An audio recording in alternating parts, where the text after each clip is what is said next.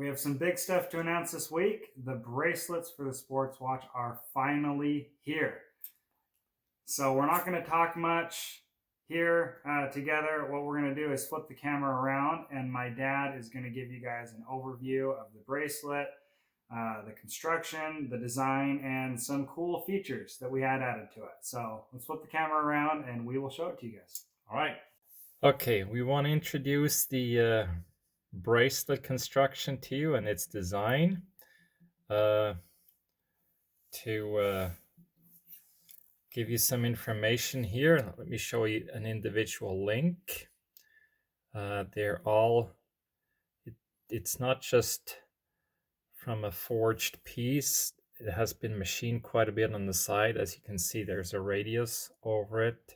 It tapers from the edge to the high in the center and then back to the edge. The finishing of it is excellent. Polishing on top, and this, with the center link, and the sides are linear brushed and the back is linear brushed. The adjustable links, let me show you here, have a capsa pin. It's the biggest capsa pin that's available. It's the biggest capsa pin that is available, and it just goes in here and it interlocks. It's very easy to do that. Okay, then we have the buckle, as we have the same buckle that we're already using on the diver's watch with the micro adjustment. So here you see the adjustment possibilities getting bigger and smaller. The buckle is all brushed with the pushers being polished on both sides. These are the release, and this is the extension pusher. And I'm going to interject here quickly. There we go. Here we go. For those of you who think this is too large, because I have heard some have concerns of that, we are working on having a smaller option available. We can't promise that it will have the same adjustment features as this one, ratcheting and micro adjustments, but it is something we're working on to have available for the bracelet. All right, so here's the bracelet fit with the end piece. We're very happy with the bracelet fit with the end piece. It follows the shape of the lug with the end piece perfectly, and both sides, you can tell. Let me turn it around, and then in order to take it off, let me show you how that is done.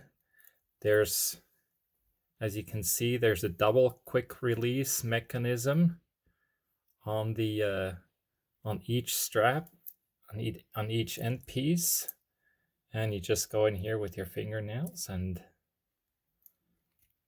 off it comes. And I want to do a quick shout out to John, if you're watching.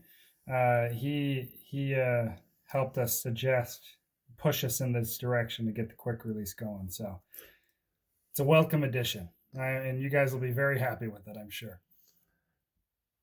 And then putting it back on, I am trying to do this through. He's doing this through the phone screen. I have him. There you go. I don't know if I could have, all by itself in a less optimized position right now. It's rather difficult to do this here because of the perfect setup that my son has here, Josh has. But it's really easy to take on and off.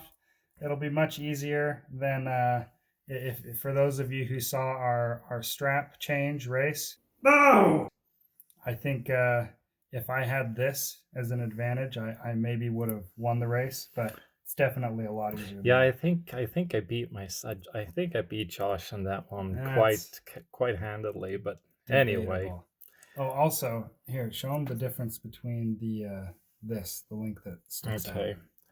So the end piece, the end piece connection to the bracelet itself is, the end piece here is thinner, and on the diver's watch, the end piece is larger. Between lug to lug, I believe it's, how much is it, Josh? On the sports watch? On the sports watch. Is it not 22? No, from lug to lug. Oh, lug to lug. Oh, I think it's 46. 46, yeah. Okay. So anyway, the finishing side, bottom, top is rather it's very fine, and if you look at, it's difficult to show this here, but there's basically no movement on the bracelet. If a bracelet has less than about 4 or 5 millimeter, it's considered a very good bracelet. This here, I believe, has about 3 millimeters max movement, which is exceptional.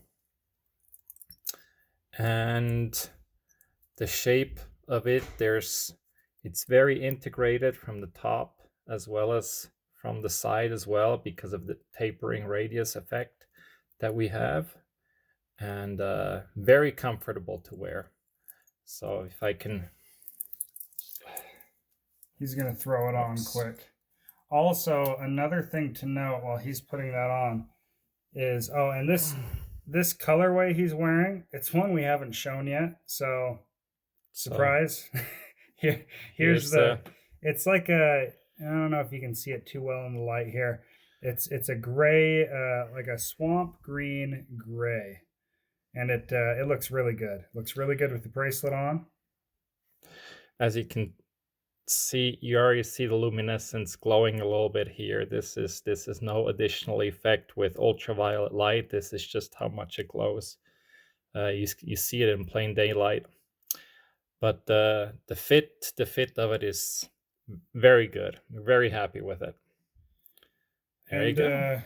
This bracelet, it will be an add-on for the campaign. So the base kit for the sports watch will come with the integrated silicone strap, and like I mentioned in the video before, we're going to do some minor changes to that.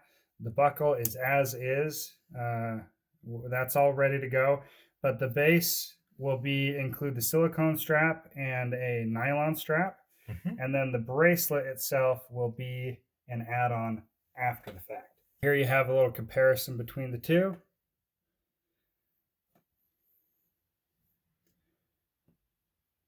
And yeah. And the third one would be the nylon strap, and yeah, we'll show that next week. Yeah, we'll show that off next week. We should have, I can't make any promises, but the restocking of the divers should be happening next week. I did send out a test email on Monday to all of those that did not receive it and are signed up for our newsletter. Please contact me and we'll get you sorted out. But expect an email to come out with a date and time for when the restock divers will be available. But that's the bracelet for you.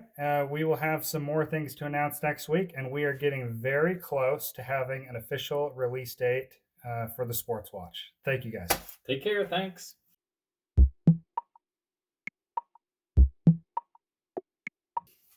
You'll have to cut a lot of that out. Well, the talking was good. The centering of the watches. But look at how his setup is. I mean, let's be real. Oh, no. It's because he kept watching the watch instead of like the screen. This. Well, that's true, too. Well, you know what you can do is you can just That's true. shoot it again. I have your audio with my sound, and then I can just shoot it. You'd be better off doing it that way.